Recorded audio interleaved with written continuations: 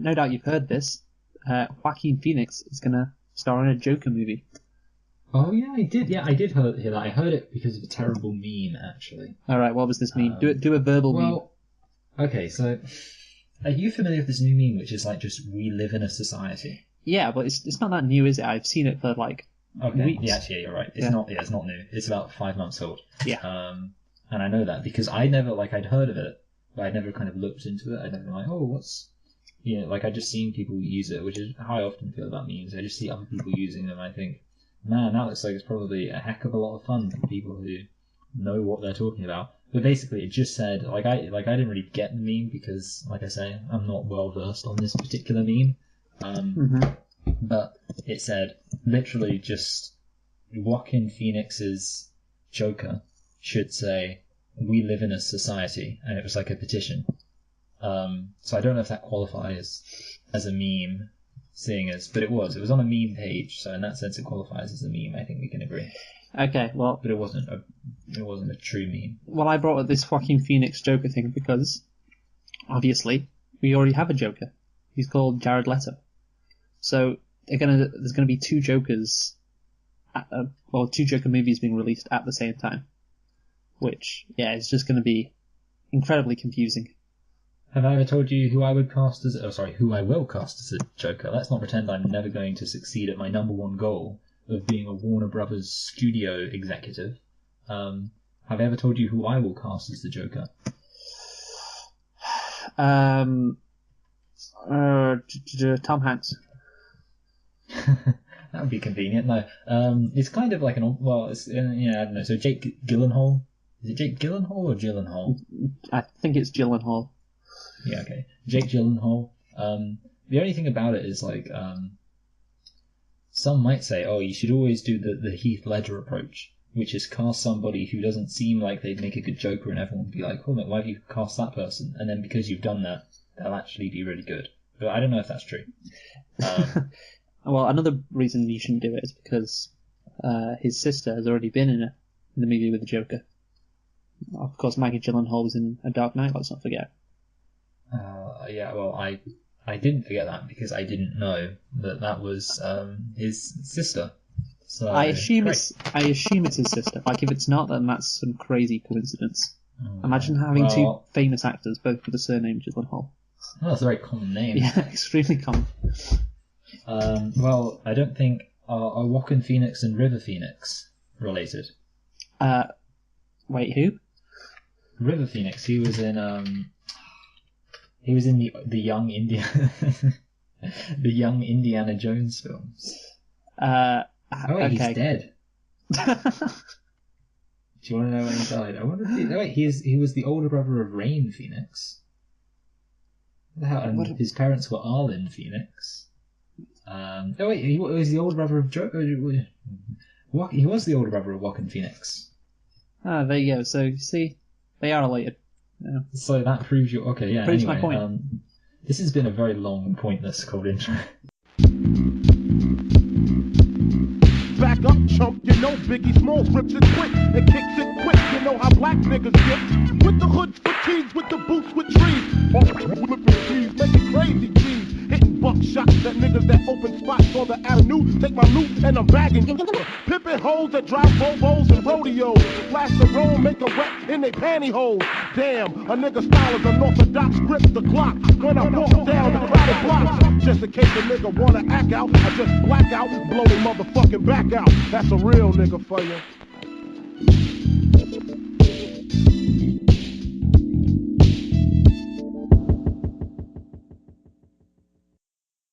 Hello and welcome to Select and Reflect, the movie review podcast where we look at films that have come out relatively recently at the cinema and see if they still hold up upon a closer look. This week, I'm your host Michael, and I'm joined as always by my co-host Luke, and this week we are looking at Sleepless in Seattle's.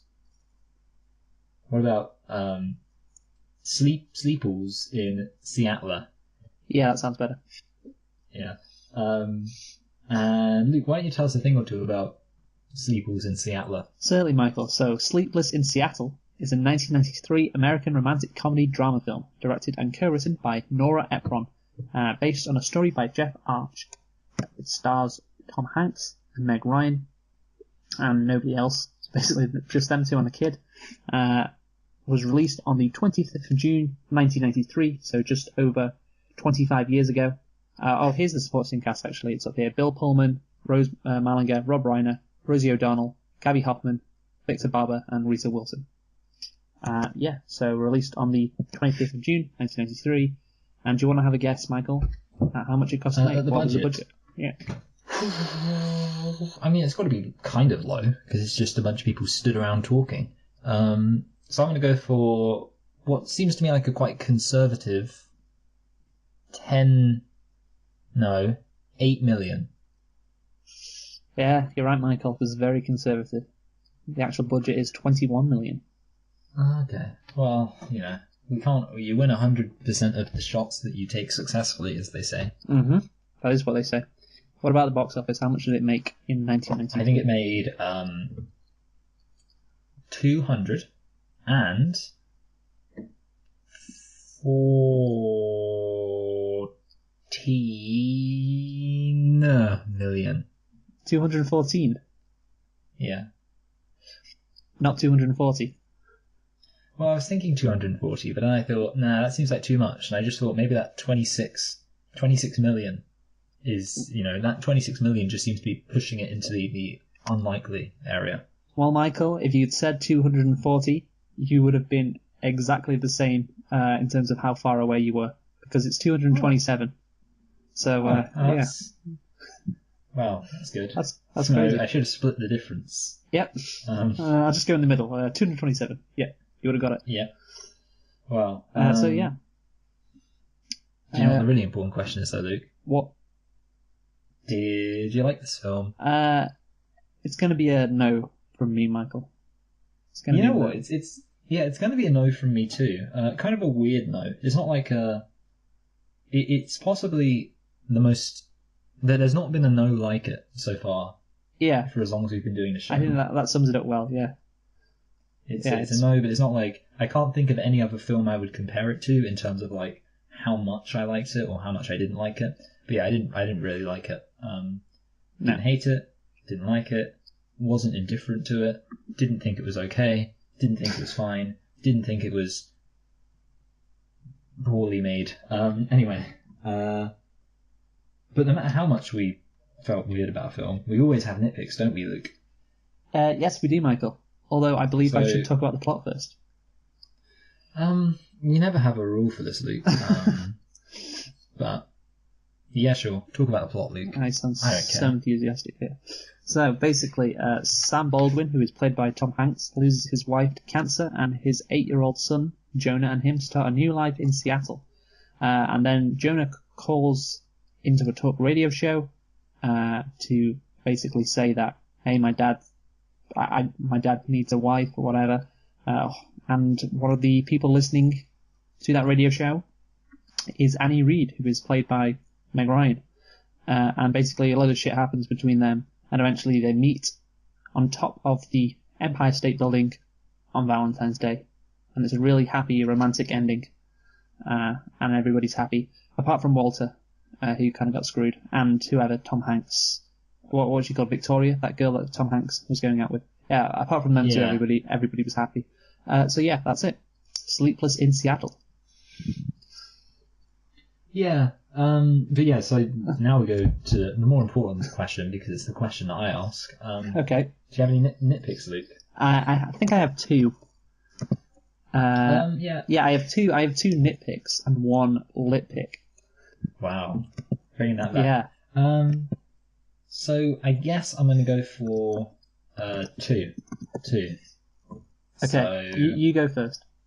Alright, so first of all, it's just like the most bullshit thing that everyone is talking about this rather mundane radio appearance. Like, it's just complete, like, everyone's like she goes to, the first place she goes to, they're listening to it, and then, like, the people after work are like, hey, did you listen to that show on the radio? And it's like, what world is this in, where everyone just, like, talks about just this one segment on this radio show? It's 1993, Michael. There is no Twitter.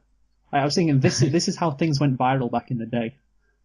Yeah, I don't know. I mean, yeah, it just seemed pretty ridiculous. I get it. Like, I mean, obviously, I assume people are like, hey, did you see that film recently? Was this 98 or 93? 93, 25-year anniversary. Okay, yeah, I wasn't sure. I'd forgotten what you said. So like, hey, did you see that new Jurassic Park film? You know, that was the only opinion that they had. They wouldn't be like, hey, did you hear? Unless canonically it was Tom Hanks, then it would be like, hey, did you hear that guy sound like Tom Hanks on the radio? Then I'd understand it. Yeah, I guess so. And then this other one, I mean, it's kind of a nitpick. Walter happens to identify, like, right away that I've forgotten the female lead's name. Meg Ryan. As in, like, I meant the character. I can say Meg Ryan. Annie. But Yeah, just say Meg Ryan. Annie.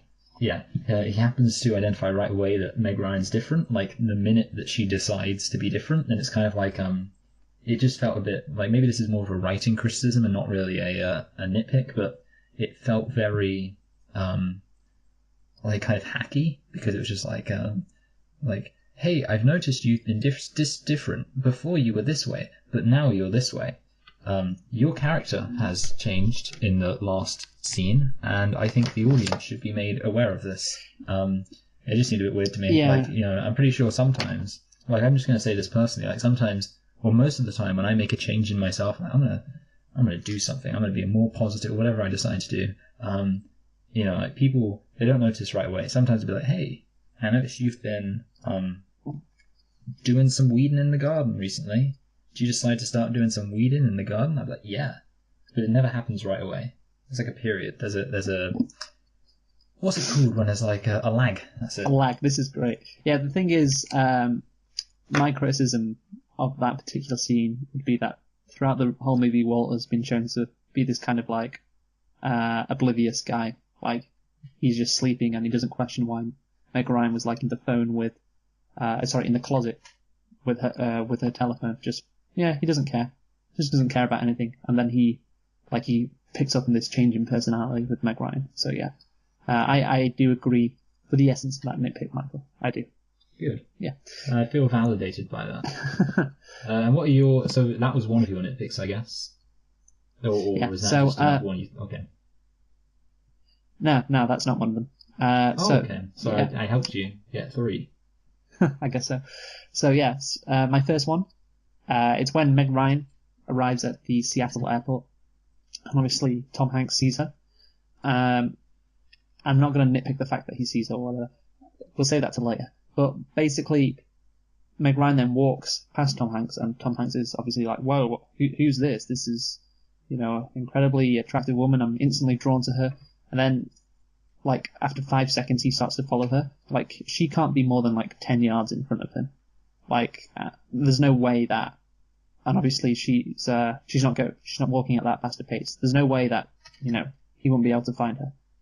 Like, imagine, somebody walks past you in an airport, and you wait 5 seconds, and you then follow them. Like, you can easily catch up to them if you want to. So, yeah. Yeah. It's like in Grand Theft Auto where someone runs away, and it's kind of like a cutscene where they're getting away, and you're like, I want to get in my car right now, but it doesn't let you because it's like forcing you to watch them go away.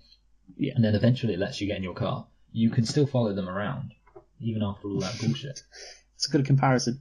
So, my second nitpick, there's no way that the Empire State Building would be that empty on Valentine's Day.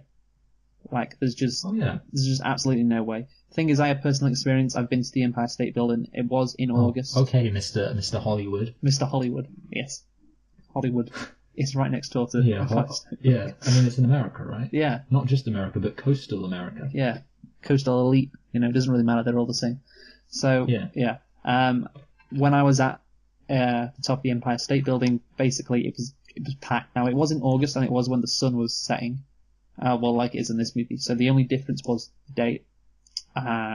This is in February, obviously. I went in August, which is the height of the tourism season, but still on Valentine's Day, like, surely you'd have more people up there. Like, it was just absolutely packed on when I went, and I can't imagine on a day like Valentine's Day it would be just like 20 people up there. So yeah, that is my second nitpick. And my lit pick, Michael. My lit pick. I'm so glad this is a second. So, obviously this movie, or parts of this movie, is set in Seattle. Did you notice who one of the actors was who was in this movie? Kurt Cobain. What? Wait, what? I just thought I'd name someone who's famous from Seattle. Who? Yeah. Where did Kurt Cobain kill himself? Well, sorry, when was it? 94? I think it was 94. Yeah. Yeah. Because it was. So I know that their last kind of studio album was released in 94. All right. So. And I think he died the same year as that. Yeah, that makes sense. So yeah, 94. I know about his death because I read About a Boy. Truly incredible book that was. Did you read About a Boy? And a great film. You know what? I didn't read the book. I read a different book by the same author. Yeah, that's weird. But yeah, anyway, I've seen the film as well. The film is very different to the book. I can't remember how, but it is. I remember thinking that. So anyway, yeah, one of the actors in this movie is David Hyde Pierce. Oh, sorry, yeah, of course. In fact, actually, when I saw him, all I could think is the classic Simpsons line, where Frasier says to, I don't know what David Hyde Pierce's character is called in Frasier. It's called Niles. Niles, okay, yeah. I've seen Frasier. No, Niles. Wait, what? Niles with an N. Niles, not Miles. Surely that's just Neil, but with an S. Niles. Like Niles. Niles. You're saying it's like you actually are expecting me to accept that this is like a normal name. And it's not. Well, Frasier's not a normal name, is it? Isn't Frasier? Oh no, he's not. I was going to say, isn't Frasier his surname? That's not true at all, is it? Because he's called Frasier Crane. Yes, exactly. Anyway, so to get back to the Simpsons line, Cecil, Sideshow Bob's brother, Cecil, yeah, says, "I finally achieved my cooling," and Sideshow Bob says, "Cecil, no civilization in all of history has considered chief hydrological engineer to be a cooling." And Cecil looks at him quizzically, and then he says, "Oh, well, the Cappadocians, of course." Which is just a classic hilarious Sideshow Bob line. Hilarious. Yeah, that. So, yeah, Niles of Frasier is also played by David Hyde Pierce, who is in this movie. And, of course, where is Frasier set, Michael? It's set in Seattle, and I don't know if you know this, Luke, but he runs a psychology show. Yeah, he does. Indeed, he does. The comparisons are endless. And do you know what year that Frasier started? 1993. 1993. The same movie. The same year as this movie came out. Fuck that up. I did. The first episode of Frasier was on September 16th, 1993, and of course, this movie came out just a few months earlier. So yeah, a lot going on in Seattle in 1993. It's the place to be. Now, Luke, in your professional opinion, would you say that Frasier was a spin-off of the popular sitcom Cheers? Well, I mean, technically it is a spin-off, obviously, but the show, just because it moved location and only had one character, obviously Frasier, who's in that sitcom, it felt like a completely different show. The thing is, I watched Frasier, and I had no idea there was a show beforehand. I had no idea, like, he was previously on Cheers. You know, and I know Cheers was massive and all that, but I just didn't know. So, you know, they don't make that many references to Cheers at all, really. So it is like its own show. I think the moving location and the different tone of the show, that it's also a completely different tone. That also, yeah, to be honest, it doesn't feel like the same show at all when you think about it. Yeah, yeah, that helps. Yeah, so yeah, that's why, like, you could say technically it's a spin-off, but it's not really a spin-off. I mean, yeah, you know, it still works. You might say it's a spin around. I mean, I guess so. That kind of implies it's the exact opposite to Cheers, and it's not really. But yeah, I mean, it is. There is a lot of differences between the two, but yeah. Anyway, yeah. I do like Frasier a lot. I used to watch it quite a bit back in the day. Yeah. You know, so did Kyle. How does that make you feel? What Kyle did? Yeah, Kyle was like, "Oh, I love the." I can't do the fantastic, terrible version of his accent that you can do. Ooh, I love Frasier. He's so witty. That's exactly what he sounds like. That's what makes it so funny. Yep. Oh, Jesus. So, yeah, I think, that's enough about Frasier and Seattle in general, I think. So, Yeah. I think we should get onto the plot of Sleepless in Seattle. First up, what do you think of the plot, Michael? I mean, you might want to talk about some other things like you mentioned previously, but yeah, what do you just think of the plot in general? Well, I guess it started off quite well. It's always good to start things off with a death, Yes. like the film 4 Weddings and a Funeral. Mm-hmm. And in fact, it also starts off with an engagement. So they could have called this film 1 Engagement and a Funeral. Yeah, I mean, that is possible. I mean, they could have done that, you know. Yeah. But I guess it's... I liked the premise of, like, she hears him on the radio and she's like, oh, this is good. I think It's the thing unique. is, it's hard to talk about the plot without talking about the romance, which, like I said before when we talk about what we're going to talk about, could easily be something you talk about in its own right. But if I were kind of just trying to talk about the plot, I'd say, but sort of talking about romance at the same time, one of the major problems with the plot is that most... And yeah, like I say, this is going to be really kind of feeding into the romance thing, but... Well, you know what, Michael, let's just talk about the romance. Let's just talk about the romance. Fuck it. Let's just, we make the rules here. Most romantic comedies have... It's borderline experimental. Most romantic comedies have the people who are going to fall in love actually interact with each other. You know, like, even really bad romantic comedies have the people who are going to fall in love interact with each other. And I think it was a very bold decision on the part of the people making this to decide that the people who were supposed to be, you know, invested in terms of their relationship should in fact never speak to each other, nor indeed give any indication that they are actually compatible at all. Yeah. Well, obviously, I mean, I've got to dive into romance now that you mentioned the compatible line. That's the thing. Obviously, the whole point of this movie is like, oh, the only way to truly fall in love, you know, is when you meet somebody for the first time and you just know. Like, you just know that's true love right there. You know, you don't, you know, have a drink with them or sit down and have a cup of coffee, like, and get to know them before you love them. No, you gotta know instantly. And obviously, it's like a throwback to the old Hollywood movies in the 50s. If that's how love was portrayed, that's how romance was portrayed. So, you know, in this movie, it's like, oh, we want to show that again. We want to show that, you know, people who the whole point of the movie is that true love is when 2 people meet and they just know. So how do we do this? Well, that's got to be at the end of the movie. That's got to be at the end. So obviously, if they meet for the first time, well, they meet like once when they say hello to each other. But apart from that, they don't meet at all. So therefore, for the whole point of the movie to work, they have to just meet at the end of the movie, and that's the only time they can actually interact with each other properly. So yeah, I guess it's a bold decision, but one they, I guess, had to make because that's the whole point of the movie. So yeah.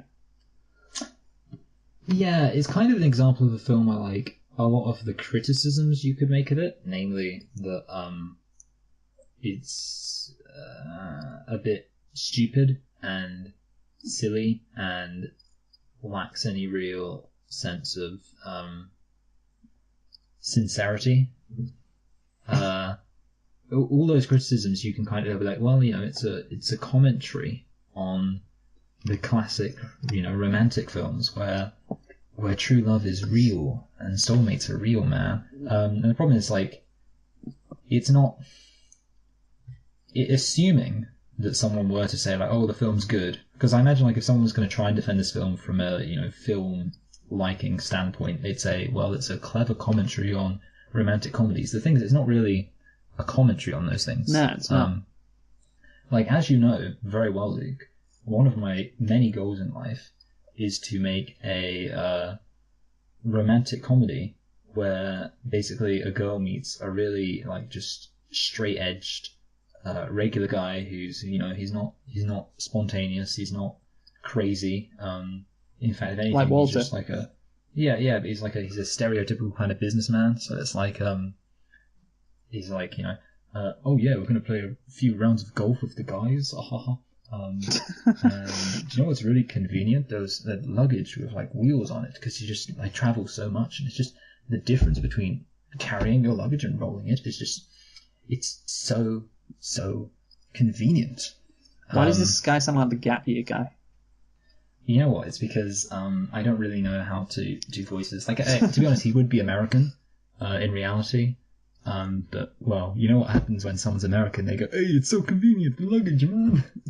Yeah, that's how they sound. But yeah, so basically she meets this guy and like everything's fine. Like they have a good relationship. But she's kind of like I don't want to date him because he's too boring and stuff. And then at the end of it, she realizes, wait a minute, that's a stupid reason not to date someone. I'm a moron. And that would be the film. And that would be a commentary on traditional romance. That's great. I can just imagine these critics who what women really want is a stable relationship. Just after the movie ends, just standing up and applauding you. Yes, that's what it's like. That's what women want. Thank you. Well, I'm the one who's qualified to say what women want. I think we can all agree on that. Yes, absolutely. The whole movie, it's kind of stupid, far-fetched, ridiculous.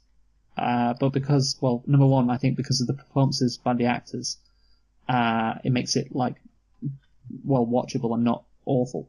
And also it's not a commentary on romantic comedies or romantic movies in general, but it kind of recognizes what it's doing. It recognizes the point it's trying to make, and is like, hey, maybe this is how it is in the movies, and this is how it's going to be in this movie, because you know what, this is a movie just like those movies. This is one of them too, and we're not trying to be realistic.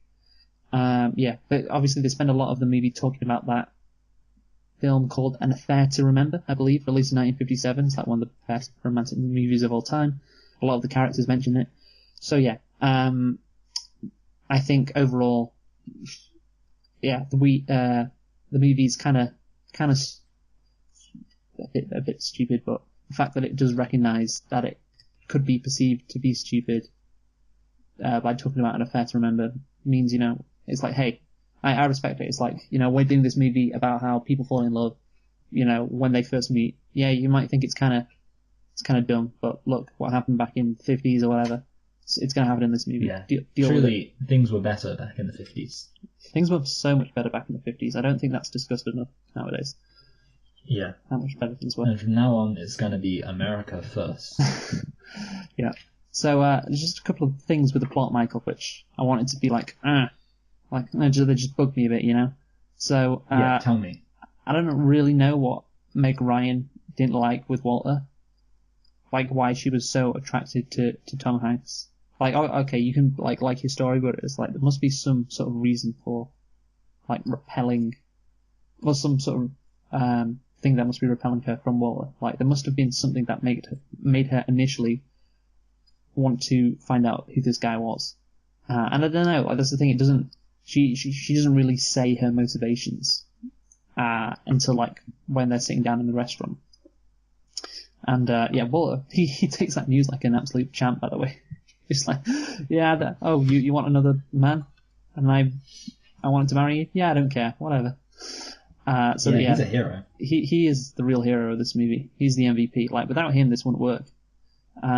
So then, next one is the kid who's called Jonah. So he desperately wants a mom. Then when he does get one, he doesn't like her, even though he's he's infatuated with Annie, but he's got no real reason to, and that girl seems pretty nice to him. So he was desperate. He was like, oh, my dad's really sad and it's very depressing, and then his dad seems happy and he's like, oh no, she's not good enough. It's okay, this character's gone from sympathetic, okay, just wants to help his dad. See, like now he's running the show. He's going to decide who his dad dates. It's kind of a bit of a different motivation change. Maybe he got just too drunk on power. Like he's phoning up radio stations and stuff. He's like, yeah, I can choose who my new role's going to be. Yeah, maybe, I don't know. What do you think about that? I think it would be good if they did a crossover between Sleepless in Seattle and Manchester by the Sea.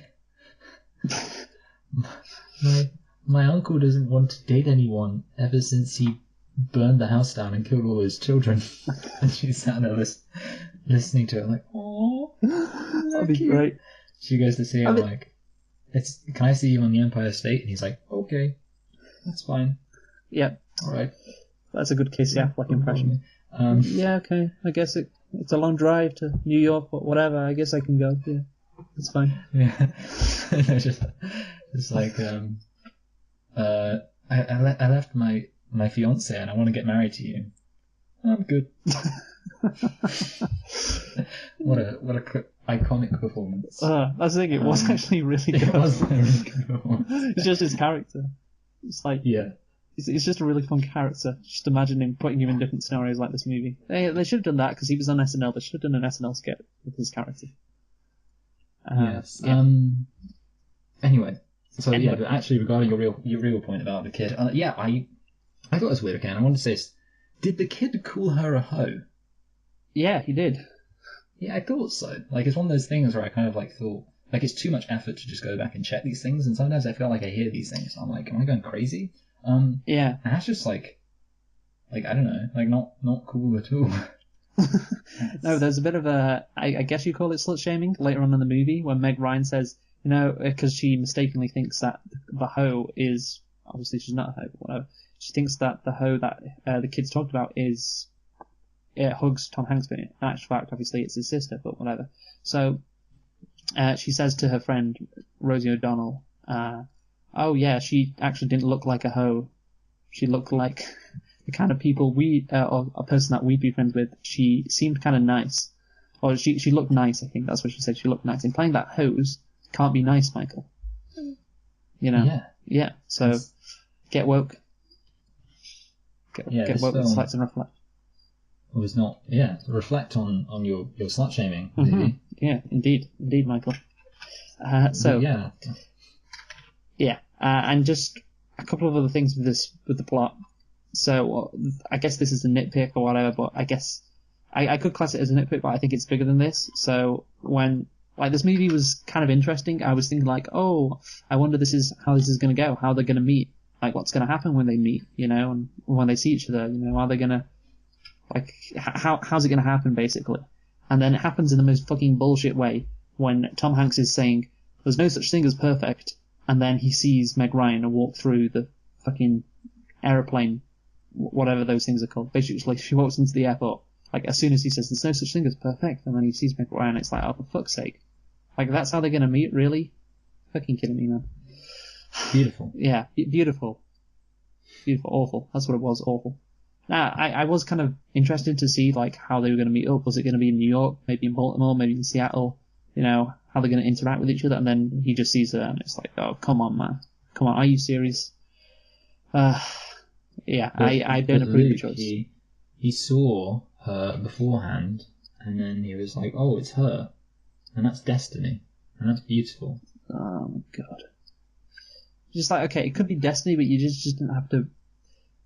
it's like that, and the fact he says there's no such thing as perfect, as he's actually telling his son, like... What would have been good is if he would have gone, there's no such thing as perfect, and then it would have, like, panned over to it and no one would have appeared, and he would have gone, I said, there's no such thing as perfect. Yeah. And then she comes out drunk, like, oh, did I miss my cue? Was Meg Ryan a drunk? I don't know, see, it seems like only drunk people miss their cue. Oh, right, yeah. Fair enough. Yeah, so the thing is, he's talking... Yeah, it is. So he's talking to his son, and he's saying like quite sensible stuff. He's like, "Oh, you don't love someone right away, or it's rare. Most people, you gotta. It's like adjusting for fit or whatever. It's like you gotta know them for a while. You gotta get to know them, and then you can decide, if you want something more serious or whatever. I don't know. Basically saying, I gotta get to know her before I decide whether, she's for me.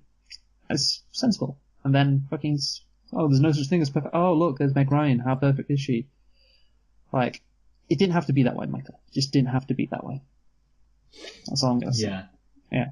And one more thing, I just want to say, I did call it with the bag at the end. So I knew that Meg Ryan was going to meet them on the top of the Empire State Building. I was like, oh, nah. Tom Hanks and his son, they're definitely going to come back up the elevator because he left his bag. That's absolutely what's going to happen. And one, he left his bag at the top. And they went to get it. And, then they met. So, basically, I'm a genius, Michael. Just wanted to point that out. I know what's going to happen in proud minutes. of you. Thank you. Thank you very much. I do appreciate it. So, I think we're done with the plot. Yeah, we're done. All right. Thank you for watching. So, do you want to say anything more about romance, Michael? Because I think now is a good time to do just that.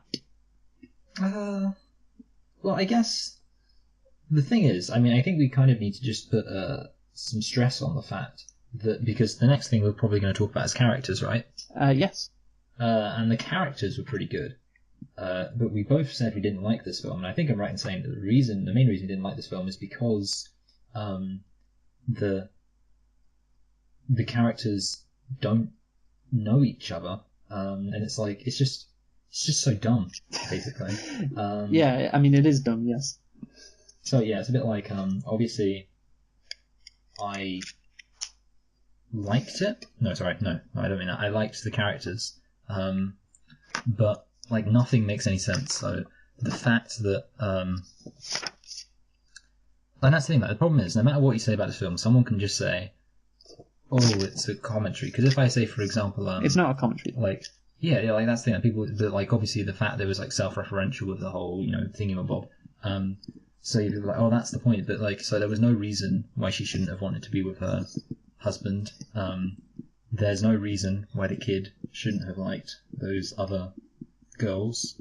Also, like, the reasons stated are so superficial, like that she laughs like a hyena. Like, you feel like a lot of the time in films, like, one of the things will be like a girl has a weird laugh and the guy will be like, "Oh, it's cute," and that's kind of like a cute thing. But in this, it's just like, "Oh, she laughs like a hyena. She's disgusting." To be fair, that laugh is fucking horrific.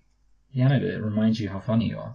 I'd love to date someone with a laugh like that, so everyone knows how hilarious I am. They just feel like, yeah. Yeah, I get good ego boost, I guess. Yeah. Michael's being funny again. You can hear it down the street. Like, Yeah. Oh, Michael must have said something funny. Yeah, and everyone will know me as the funny guy. Yeah. Anyway, and then there's no reason why she likes Tom Hanks apart from she just like heard like this weird sad story on the radio, and there's not really any reason why apart from like I guess that she likes baseball. That seems to be the main thing deciding this. Oh, that's the thing. It's like, oh, it's a sign. Like, it feels like that's how the screenwriters get the character to do things or to want to do things. Because it's like, oh, we need the character to like this woman. Well, they believe in signs. They believe in true love and, oh, this must mean it's destiny. So if the characters believe in that, then we can just chuck in something like, oh, she likes the Baltimore Orioles. And then the kid will be like, oh, yeah, that means it's a sign. Yeah, and that's the thing. Like, the film, it kind of almost feels like, so in Star Wars, whenever there's a plot convenience, it's because of the Force. Yeah. In this film, it's like they just replaced the Force with love. So, like, whenever there's a plot convenience, it's just like, oh, it's the power of love. Power of destiny, yeah, and all that shit. And and the problem is that because we've not seen these people, like, get to know each other at all, it's like, that we can't, there's no investment. I kind of find myself thinking about the film While You Were Sleeping, which is a film starring I don't know who, and the guy who plays the real estate guy, Larry King, in American Beauty. Yes. And the plot of the film While You Were Sleeping, which is a charming little film, is that this girl has a crush on a guy, and then the guy gets into an accident. I forget how it works, but he falls into a coma, basically. And for very contrived reasons, that basically boils down to she loves him, she pretends that she is his fiancée to all of his family come over, and like he lives in out of state, so they all come over and they're like, hey, is my boy, is he okay? And she's like, yeah, he is. And they're like, who are you? And she's like, oh, I'm his fiance. And most of the film is her like getting to know his family while he's in a coma, and she's kind of like pretending, and there's some funny moments because of course funniness. But here's the good thing. Okay, this is what makes it good. She doesn't end up getting with the guy who's in a coma. She ends up marrying, I forget if it's his friend or his brother. But the thing is, it's basically, so she's pretending to be this guy's wife while he's in a coma because she, saw him and was in love with him. But then at the end of it, she actually marries the person she knows. And like I say, it's a charming little film. But like that makes sense because it's like, oh, she marries the person who she actually got to know. This film, like basically, is like if she did marry the guy who was in a coma for the whole film. Because they don't know each other, and therefore there's no real guarantee apart from just like that. I don't know. There's literally no guarantee in it. The other film, permit me one more reference, Luke. Okay. The other film I think of is The Graduate, because of course at the end of The Graduate, they run off together in this impulsive decision, and they get on a bus, and they look straight ahead past the camera, and their face turns from one of ecstatic optimism to one of a forlorn sense of worry, as they think, hold a minute, we've just done this completely ridiculous thing, completely out of impulse. What guarantee do we have that this is going to work out? The ending of The Graduate, it would be a happy ending, but for that last 10 seconds where they look forward with a visible sense of trepidation on their face. Again, this is like, if they didn't have that last 10 seconds on The Graduate, it's just like, oh look, they did something really stupid and impulsive because love, and now they're definitely going to be happy, and screw you if you're thinking, what if the film just continues for another couple of hours and we see that they hate each other? Okay, but that contradicts the message and the point of the movie. Like, I'm a guy who likes messages and points. Like, this movie's trying to do this. Okay, this movie's trying to show, like, love and, acting on your impulses is a good thing. And some messages are wrong. Destiny is real. Yeah, some messages are wrong. I agree, and I would say this message is wrong because it is incredibly unrealistic. As I was saying before, like the speech he's giving his son is like very sensible. It's like, there's no such thing as perfect. Yeah, there's no such thing as perfect. You got to get to know people, blah blah blah. Like, just that is reality. And obviously, this movie does understand what it's doing. It's not. It understands like it's very movie-esque, and this isn't the most realistic thing ever. But that's fine. Like, it's like, hey, it's a love story. So obviously, in romantic movies, you're gonna get some like unrealistic stuff that happens. But whatever, that's the point of it. I understand it, and I don't agree with it, but I wouldn't say like it's necessarily a bad thing about this movie. Like, that's just what it is. That's just what it's there to, the idea, the theories it's there to promote. Like, there is destiny and there is magic, and when you touch someone's hand or whatever, it's like this magical feeling, and you know they're the one even though you've only known them for like 2 minutes. It's like, yeah, it's bullshit, unrealistic, but you know what? This is a movie, Michael. This made $227, I believe, million at the box office. If it was about realism and like, oh, actually they may want to, go on a few dates before they commit to each other, then how much is it grossing, Michael? Not a lot, is it? Probably. Yeah. Movies are escapism, Michael. Let's not forget that. Yeah, good point. Anyway, now we can move on to the characters. Yes. Okay, let's move on to them. So, first up, we got Meg Ryan. And one check actually, is she listed before Tom Cruise? Is it Tom Cruise? Tom Hanks? No, Tom Hanks is listed first, but we're going to talk about Meg Ryan first because I think she's the more interesting character, if that's okay with you, Michael. Yeah, I'll forgive you. Yeah, thank you. So, I think just Meg Ryan, she's just perfect for a romantic comedy. She's got like this happy, bubbly sort of face and personality. Yeah, I have to look at what else she's been in. Well, actually, Michael, that's what I have done, so you don't need to do that. Oh, good. I've already done all the work. Yeah, she's also quite innocent, and like obviously good looking and attractive, which is important. Certainly Rosie O'Donnell could not star as Annie in this movie. That would not work. So she was in Harry Met Sally in 1989, which kind of kicked off like the rom-com sort of I don't know if it's an era, Renaissance. but Renaissance kind of reignited it. Well, the thing is, you had Annie Hall, which was 1977, but apart from that, like, I don't think there was much romantic comedies. It was mainly just romantic films without the comedy element. But obviously, Hannah Met Sally was in 1989. She was in other rom-coms throughout the 90s. Was Meg Ryan. She was in Joe versus the Volcano in 1990, which was a rom-com, and that had Tom Hanks as her love interest as well. 3 years later, Sleepless in Seattle with Tom Hanks. 1994, When a Man Loves a Woman. 1994 again. Man loves a woman. Yeah, When a Man Loves a Woman. That stars Andy Garcia, I believe. 1994, IQ, which stars Tim Robbins. That's it. 1994, 1995, French Kiss. 1997, Addicted to Love. 1998, You've Got Mail. These are all rom-coms, by the way. 1998, You've Got Mail. Which also, of course, stars Tom Hanks. That means three times in 8 years she has played Tom Hanks' love interest in romantic comedies.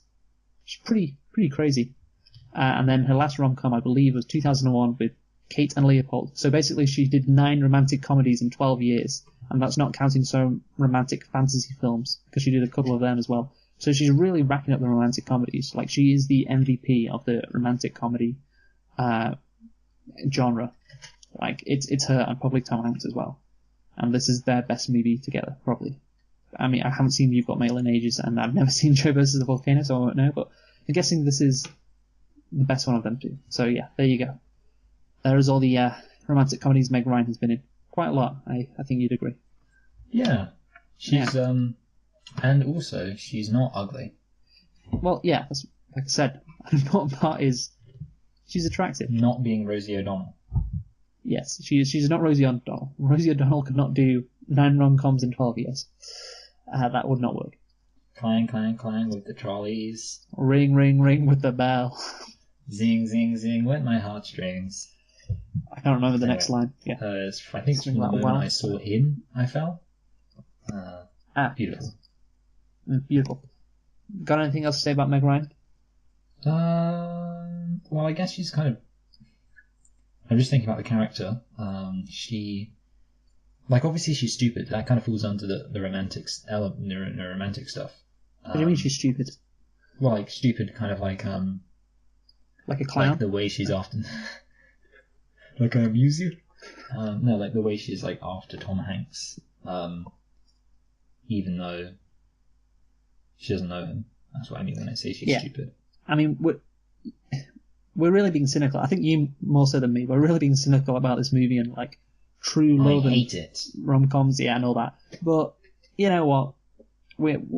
I think obviously we might be biased because we don't particularly like these movies, but I do think we're calling it dumb and we're calling her stupid, and we're saying it's all bullshit and all that. But to a certain extent, I think we are right. Like, even though, I mean, we try to be unbiased, but obviously we have our own preferences in what kind of films we do enjoy. But I think, generally rom-coms, they are. I don't like them. And they are also generally dumb. Bad. And they are generally bad. Yeah, except for While You Were Sleeping. Except for While You Were Sleeping. Except for that one. And, I guess The Big Sick as well. I don't know if you've seen The Big Sick. Did you just say The Big Lebowski? No, the Big Sick, starring that Pakistani guy. Riz Ahmed? Kumali... No, not Riz Ahmed. Kumali Nan... He was on... SNL. Harold and Kumar. I can't remember. He wasn't on Harold and Kumar. I think I know which guy you're thinking of, but I can't think. I also feel like, and I haven't seen this show, but I feel like he is in an episode of Parks and Recreation. Yeah, probably. That would make sense. I could see him being in a Parks and Recreation. Like, I have an image of him in my head. I'm trying to think, like, he kind of looks like he's got a small head, like a small face, almost kind of mousy, and... are you thinking... Yeah, nah. The thing is, you're describing that guy, and I'm thinking you're thinking of Riz Ahmed. But you said Riz Ahmed before, didn't you? Kumail Shah. Did you say his name Kumail Shah? Wait, what? No, this is a completely different person. I think you said Kumail Shah. And this guy's just...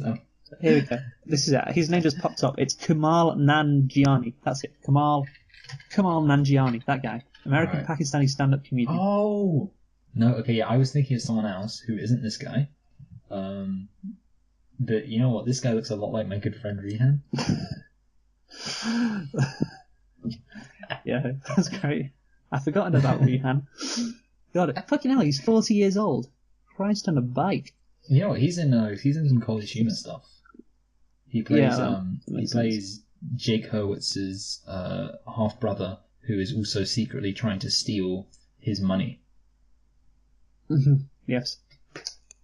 So Anyway. the point I was making is he is in the movie The Big Sick, which I believe is counted as a romantic comedy, which is actually basically his girlfriend is in a coma and he gets to know her family while she's in a coma.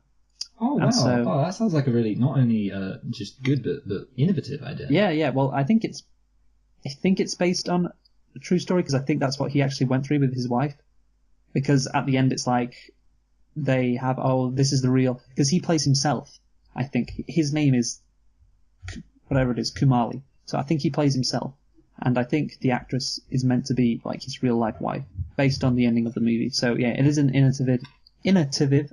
Fucking hell. You say it, Michael. Innovative idea. Innovative. But yeah, because it's based on real life, so I don't know if I can give him too much credit. To be honest. So yeah.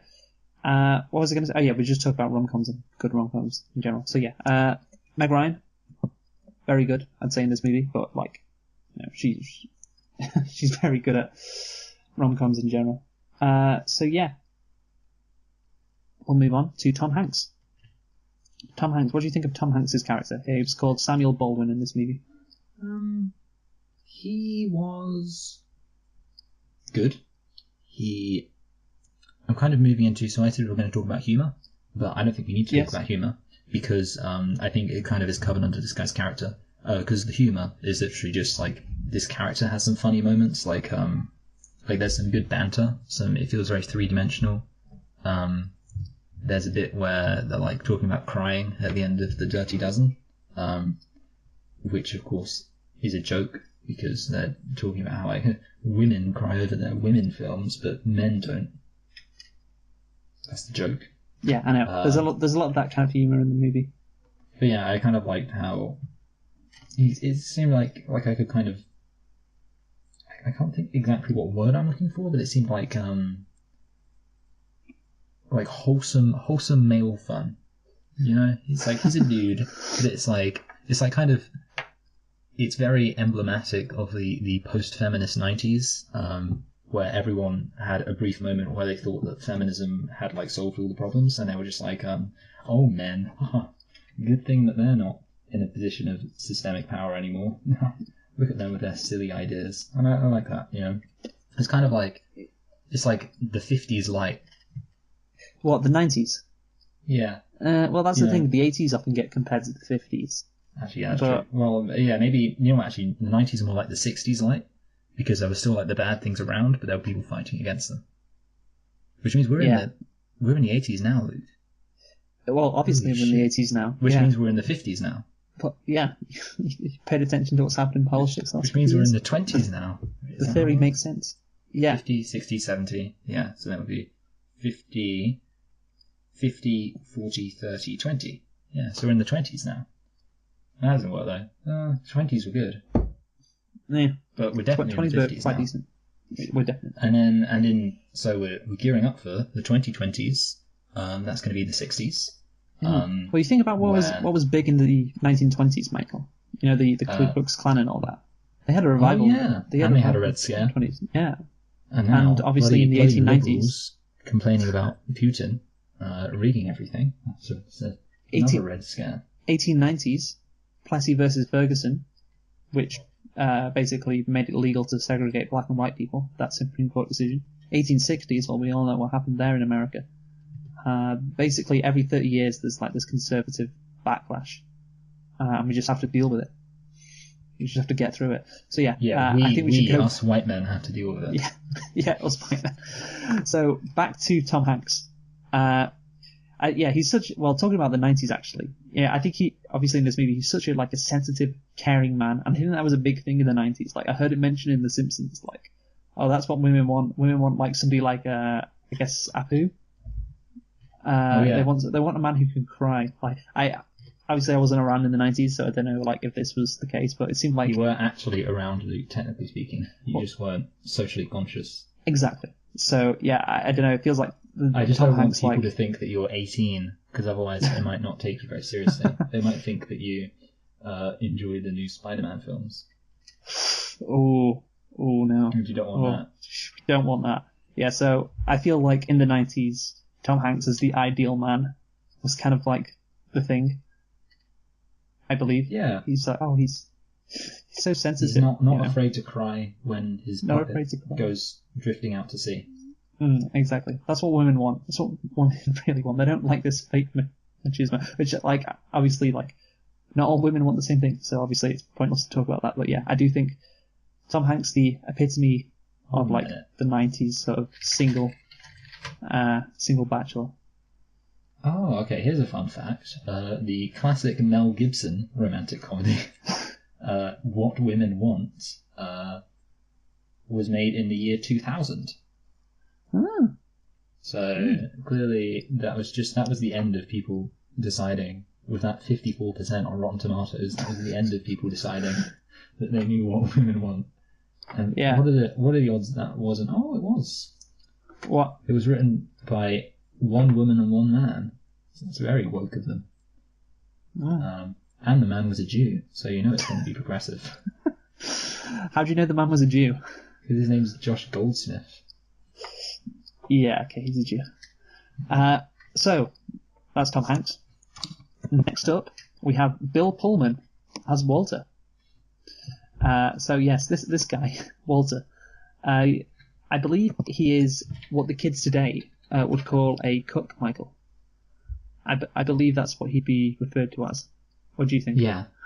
I think, to be honest, like, he's such a weird character because he's not bad, he's not good, he's not like upset.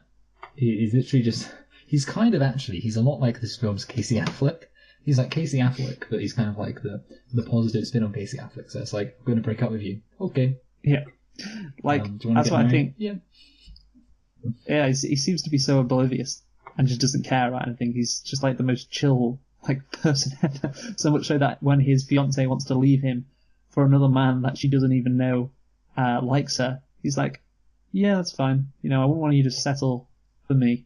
You know, it's not what I want. Like, he's just not pissed off about it. Like, surely you would be. It's like, what the fuck? Like, I bring you to New York, we're getting engaged, and you want to leave me for a man who you've never even met properly? What the fuck is going on here? He's just like, yeah, okay.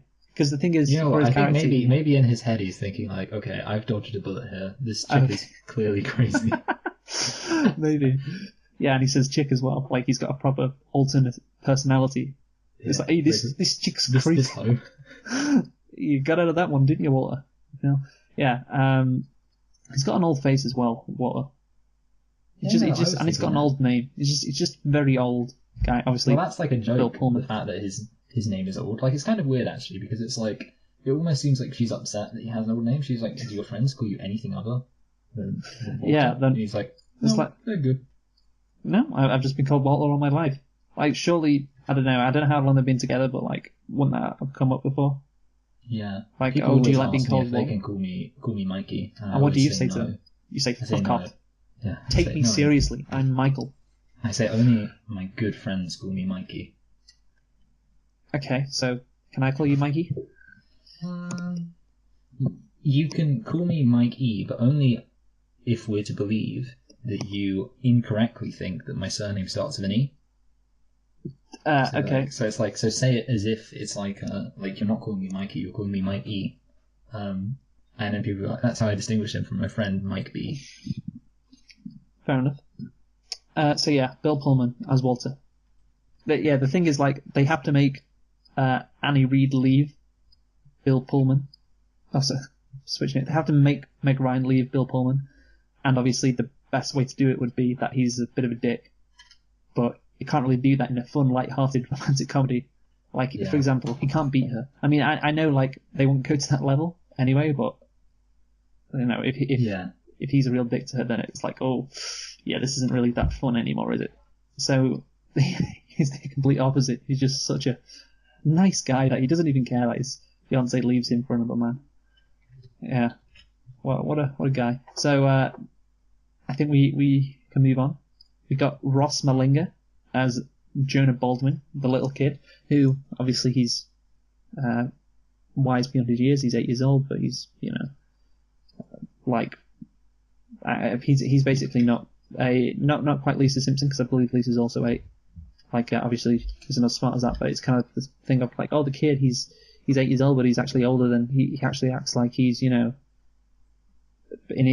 teenager. He's got that sort of intelligence or whatever, but he's still got that innocence, so he's still like cheeky.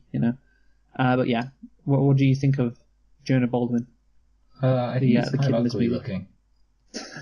Is that what you took from it? Yeah, I just thought to myself, like I don't know, he just looks so terrible. Are you judging kids' attractiveness now, Michael? Yeah, well, I'm not an ephebophile or anything. But I just wasn't feeling it. Normally, I'd be really attracted to these kids, but just today I wasn't. Don't know why. No, but it is true. Like, usually, I guess the thing is, like, usually they have like cute kids, or like kids you're like, oh, I wish he was my kid. But if that was my kid, I'd be like, put it back in. Yeah. So that's Jonah Baldwin. Like we said before, he kind of changes up. Like, he becomes like sympathetic. Oh, I just want a mum. I just want my dad to be happy. To no, I want this woman. She mentioned a Baltimore Orioles player. I want this one, and no one else. I'm going to throw a tantrum if that's not the case. So yeah, even though my dad's happy. So yeah, kind of weird, but whatever. We got Rob Reiner as Jay. What do you think of Jay, Michael? I thought that he was who's Jay? No, I think okay. So Jay is.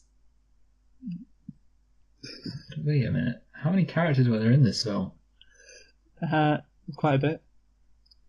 Jay is related to Sam. Is he? No, he's related to Annie. Yeah. No. The thing is, I don't know. I don't know who he is. Good. It's played by Rob Reiner. He's just listed as Jay. I'm trying to remember. Obviously, he looks different in the picture to what he looked like 25 years ago. So I'm just trying to think back to who he was, but I can't remember. Yeah, so we've got Rosie O'Donnell's Becky next up. So obviously Rosie O'Donnell does a good role as the ugly fat friend to Meg Ryan's Annie Reid. You got to have that. It's a staple of all romantic comedies. Like, you've got the really attractive, star lead, and then you got the Rosie O'Donnell type character. Who's there to, kind of, I don't know what basically not take the shine off the main character, basically. And fair play to Rosie O'Donnell, she does that very, very well in this movie. Yeah, fair play to her. She's very ugly. So well done. Yes, fair play. And yeah, that's it. I'm not going to talk about any of the other characters. See, what's Dennis Hyde Pierce's character? It's called Dennis Reed. So not anything like Miles Crane, which is disappointing. Anyway, do you want to talk about anything else before? Oh, you said you want to talk about the humour, right? Oh no, God, that's fine, because I covered that under the character. I said had good fun moments. Good stuff. So, we'll get to the last bit before the conclusion, Michael. The question is, does this film age well? So it was released in 1993, 25 years ago. Does it age well? What do you think? I don't know if it's really a matter of age, to be honest, because I think there have been good romantic comedies back then and bad romantic comedies back now. Oh, sorry, yeah. So it's like, see, I guess the thing is, like, I didn't really like this film. I don't know if I would attribute that to age. I'm not sure if you disagree there. But yeah, well, the thing is, does it age well? It's like, okay, this came out in 1993. If I watched it in 1993, as obviously surrounded by 1993 culture, etc., and what was in theatres then, in 2018, is it any worse? Like, obviously this movie doesn't have any special effects, so like that is a no, so that means it still does age well. Is there any sort of thing, like there's nothing culturally... Cultural values. Yeah, insensitive, or like we mentioned slut shaming before. Yeah, that was just a little bit. Yeah, I don't know if you would. I think you would probably not get away with calling a woman a hoe nowadays. It's not the good old days anymore. It ain't the good old days anymore. No, sadly not, Michael. Yeah. So there's this thing when obviously all the women like really are into this old film. What's it called? An Affair to Remember, and they all cry and they all think it's so romantic, and then they love it. And the guys obviously they just don't get it because they're guys. I'm not sure. Like obviously it's like, would that still work today? Would that kind of joke still work today? Because I'm not sure it would. I'm not sure it would. I'm just trying to think. Yeah, I think nowadays, I think it's because of the popularity of gay people nowadays. Everyone's like, yeah, I love gay people. So, what a take. Because of the popularity of gay. Yeah, I'm just trying to think, like, if that joke, like, that kind of, men and women are so different, that kind of sort of jokey, that feels so, like, pre-2010, I guess. I don't know, I'm trying to put a... Yeah, I don't know when I guess it's like, I'm trying to think, I feel like, I don't know. I don't really know what kind of ended it. But yeah, nowadays, just having a joke that's like, it feels kind of like old school observational comedy, where it's like, did you ever notice how dogs and cats are different? And did you ever have airline food? And that's my impression of Jerry Seinfeld. Very good one as well. So with the end of like just observing things as being considered humour, and humour got like funnier. That was when the idea of a joke just being men and women are different fell out of favour. That's my theory. Yeah, I guess so. Yeah, fair enough. So, next up, legacy, Michael. The legacy of this movie, obviously, we're talking about 25 years later, because it is a pretty famous film, Sleepless in Seattle. One of the best and well-known rom-coms, I think. Yeah, I did know ever. The name. Yeah. The question is it the pinnacle of rom-com? So I think Harry Met Sally is a better. I mean, I haven't seen it. However, judging by the reviews and the box office returns, it seems like it's a better rom-com. Like it's still probably the best rom-com, but the thing is, Harry Met Sally kind of kick-started like this rom-com like era in the throughout the 90s. It came out in '89. Obviously, Meg Ryan starred in that, and she starred in a boatload of other rom-coms, and rom-coms are still going on today, although not as much as they once were. So this movie is probably like second, but obviously it came out in an era when rom-coms were very popular. So yeah, I think if you're looking for like the pinnacle of rom-coms, the rom-com when it's like, this is the most famous romantic comedy, it's probably Sleepless in Seattle or Harry Met Sally, and because it came out in the middle of this like era of rom-coms being very popular, you could suggest it is Sleepless in Seattle. But yeah, what do you think of all of that I just said? Same. Okay, good. Yeah, I mean, I think this is probably.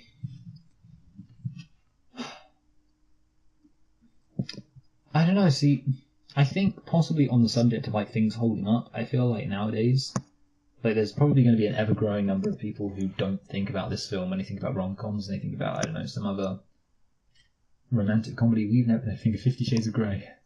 Or there was, I think, Bridesmaids. Oh yeah, that's not bad. Which came out in 2011. Like that's the only like big one I can think of. Yeah, I know. My sister watches a lot of romantic comedies, and it's things like Forgetting Sarah Marshall. Yes. I feel like there's actually okay, so this one's weird, actually. La La Land. I don't know, because obviously that's... Is that a comedy? Well, the thing about the thing about the term romantic comedy is, like, I think in some sense you have to take it with a bit of a grain of salt, but, because, like, a lot of the time... But, yeah, maybe we talk about, I guess you're right. Yeah. But I think, increasingly, I think this film's going to fall more into, like, obscurity. Well, obviously. I mean, everything does, basically. But like, I'm just thinking like, yeah, it's I hadn't seen it before we decided we were going to do it, but I put it on the things we were going to watch because it's like, hey, it's one of the most famous romantic comedies. I'd say more than like Forgetting Sarah Marshall and Bridesmaids and Oh yeah. and yeah, I like obviously it was 25 years ago, so yeah, people who watched it when they were in their early 20s, who were young, now are like approaching 50. So yeah, a lot of people who who've grown up since then obviously may not have seen it and may not even heard of it, but I still think it's a pretty famous movie. My dad was like in his so, yeah. mid-20s in 1993, and he is 50. Yeah, well, obviously that would make sense, wouldn't it? Yeah. Because mid-20s is 25, and 25 years later is 50, so... I don't... It's all above, it's all above board there. So yeah, I think we've talked about Sleepless in Seattle. Do you want to get onto the conclusion? Do you want to do yours first? Because I've talked for a bit. So basically, this film had, I think, some serious limitations because of what it was trying to do. It is supposed to be a film that looks back on the old romantic tropes and says, let's bring them back. But really, don't. I mean, I suppose a comparison that I'm going to make one final comparison. The classic Disney princes and princesses, where even though the prince has never met Rapunzel or Sleeping Beauty or Snow White before, the first time that he meets her, they fall in love right away. But it just, obviously what you want in the film is something that is engaging, something that is compelling, something that is kind of romantic and makes you think, oh, I really want to get together with them. Oh, sorry, it makes you want to do something. You really want them to get together. And in the classic Disney princess films, you're not actually invested in the romantic element, with the exception of, say, for example, Beauty and the Beast, where it is about the two characters getting to know each other. Like, the reality is that the prince and the princess getting together at the end of Sleeping Beauty. Sleeping Beauty. That's what's it called? That's a cherry on the cherry bakewell. That is. It's not the main focus of the story. The real focus of the story is Maleficent. So basically, what I'm saying is, if this film had a Maleficent, it would have been fine. But if all the film's asking you to do is be like, get invested in this romantic comedy, and the romance basically boils down to, these two engaged people who were just told shouldn't end up together because destiny, and these two people who are dating who were told shouldn't end up together because she's a hoe, and then we're supposed to get really excited when at the end of it all these two people who've never even met are like, yeah, let's get married. And obviously this isn't in some kind of fantasy world, although maybe you can make an argument that it does exist in its own fantasy world, but it's too real world for you to actually believe it at the end of it. So with all of that in mind, I'm gonna give this one, I'm gonna rate it above Mission Impossible, because it wasn't as stupid as Mission Impossible, and it actually kind of did what it set out to achieve. So Mission Impossible is a bad spy film. It's kind of just stupid. This, like, if you know what you're going to get, then you can't complain. But I wouldn't really recommend it. And it's kind of at the top, actually. So maybe it's kind of a compliment. It's at the top of my I wouldn't recommend list, and it's just below the bottom of my I would recommend list, Predator. So between Predator and Mission Impossible. Okay. So for me, Sleepless in Seattle, well, it's done. I mean, to like it, you've got to like the point of it. And the point of it is obviously destiny, falling in love, magic, and love at first sight, and all that kind of stuff. And the point is something I don't really care about, I'm not interested in. It's unrealistic, it's kind of stupid, but that's maybe just me being cynical. And I can understand somebody liking this movie, somebody who's not as cynical as me. But I don't. Like, it's inoffensive, and yeah, I just don't like it because of the genre, I guess, but also mainly because of its message, which I don't subscribe to. Like I said, I just can't get behind. Not something that piques my interest. So yeah, but having said that, it's like obviously not the worst thing ever. There's some good performances, and if you like romantic comedies, you'll probably like this movie. Yeah, a lot of romantic comedy elements are in here. One of the best ever, I guess, if you're talking romantic comedies. So I guess, but for me, like I said, I didn't like it, so I'm going to give it a 5 out of 10. Right, yeah, I think good. that's pretty fair. I think And next week we're gonna see a film that there's a bit of a spoiler here. Maybe I could have talked about this when we actually talk about this film, but we're going to talk about a film that I've only seen once, and it's interesting because it's part of a trilogy, and I've seen the first 2 of this film more times of this trilogy, more times than I can count. I could not tell you how many times I've seen the first 2 films, but I've only seen the third film once, and that's because it's generally considered to be a bit of a disaster. We're going back, we're leaving our weird 90s, 80s, 70s like throwback films ones. that are just... Yeah. And we're entering into some just a bad film. It's been a while since we've done a film that's just unambiguously bad. But you spoiled it, Michael. I was interested because I hadn't seen this, so I was gonna obviously it's like fine. it. But No, it's fine. okay, it's fine. Okay, that's better. Thank you. But yeah, so it's been... What's it called again? Or do you not want to reveal that? Oh, the film, Spider-Man 3, sorry. So, okay, it will have been 2 months. No, oh shit. Is it Spider-Man 3? Yeah. Oh, I thought we do some Halloween shit. No, we're doing Halloween Oh. on the 12th. I hope I'm right. Check.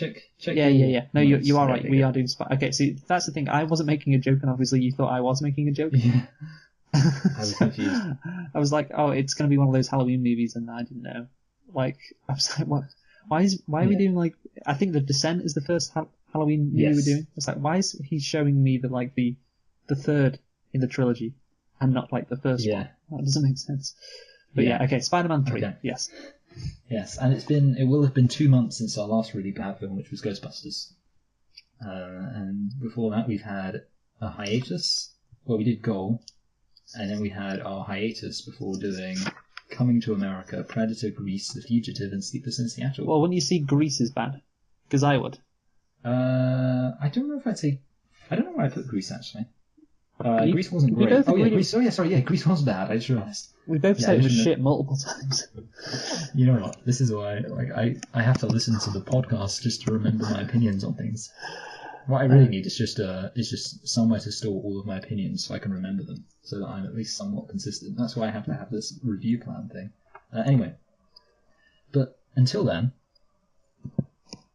I don't want to do the ending loop. Okay, sort of thing. I'll do it. Okay. So yes, thank you for listening. We have been selecting and reflecting on Sleepless in Seattle because of the 25-year. It's not really an anniversary. It's been 25 years since it's been released. Next week, as Michael said, we will be doing Spider-Man 3, a hilarious, infamous movie. Who have you been, Michael? I've been Michael. And I've been Luke, and thank you for listening. See you next week. Goodbye. Bye. And we are done. Alright, that's good. We managed to get it done.